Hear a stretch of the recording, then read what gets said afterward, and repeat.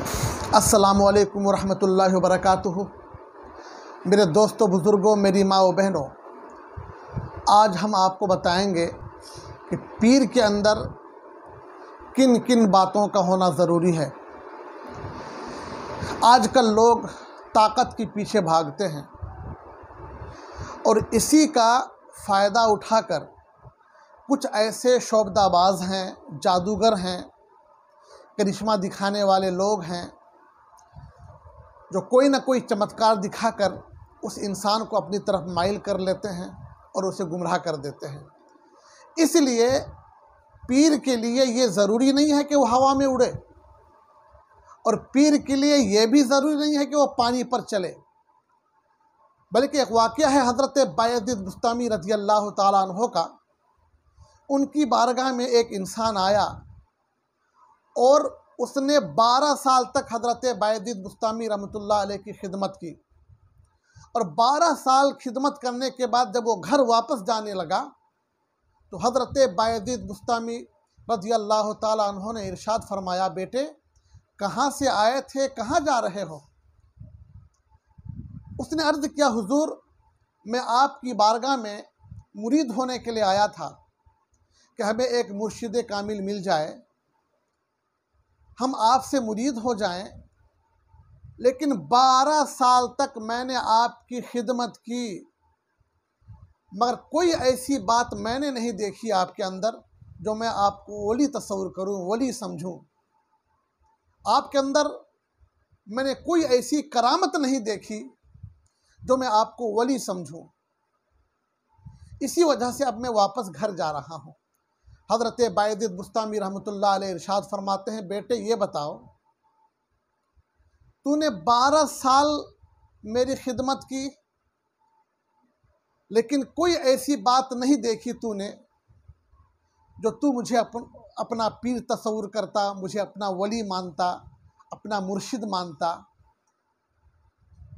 याद रखो, 12 साल के दरमियान तूने शरीयत के ख़िलाफ़ मेरा कदम उठते हुए देखा है?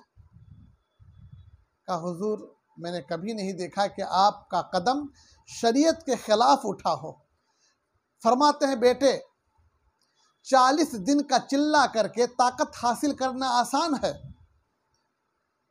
करामत दिखाना आसान है,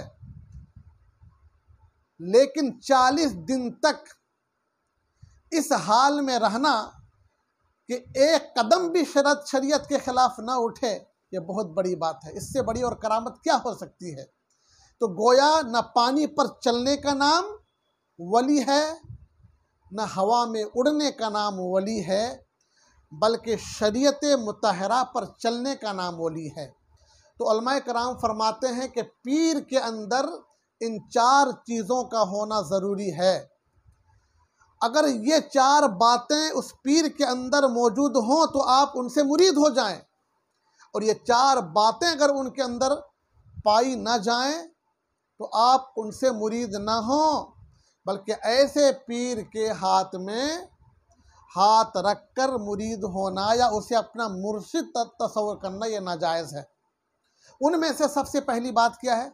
सबसे पहली बात यह है कि उनका सिलसिला अल्लाह के रसूल सल्लल्लाहु ताला अलैहि वसल्लम तक पहुँचता हो, ये पहली बात है। और दूसरी बात, वह सुन्नी सहीउल अकीदा हो। और तीसरी बात, उस पीर के अंदर इतना इल्म होना चाहिए कि ज़रूरत के मसाइल को खुद किताबों से तलाश कर सकें। और चौथी बात कि वो फासिक मुअल्लिन न हो।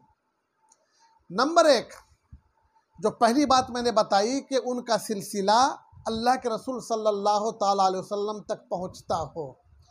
अगर अल्लाह के रसूल सल्लल्लाहु ताला अलैहि वसल्लम तक उनकी निस्बत सिलसिला ना पहुँचे तो फिर आपको कोई फैज़ नहीं मिलने वाला।